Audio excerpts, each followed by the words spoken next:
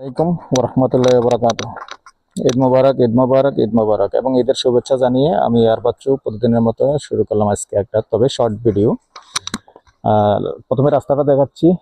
10 ফিটের রাস্তা আমাদের দক্ষিণ আশরাফপুর। এখানে 450 সেন্টের একটা খালি প্লট আছে। স্কোয়ারে জায়গাটা দেখিয়ে দিন।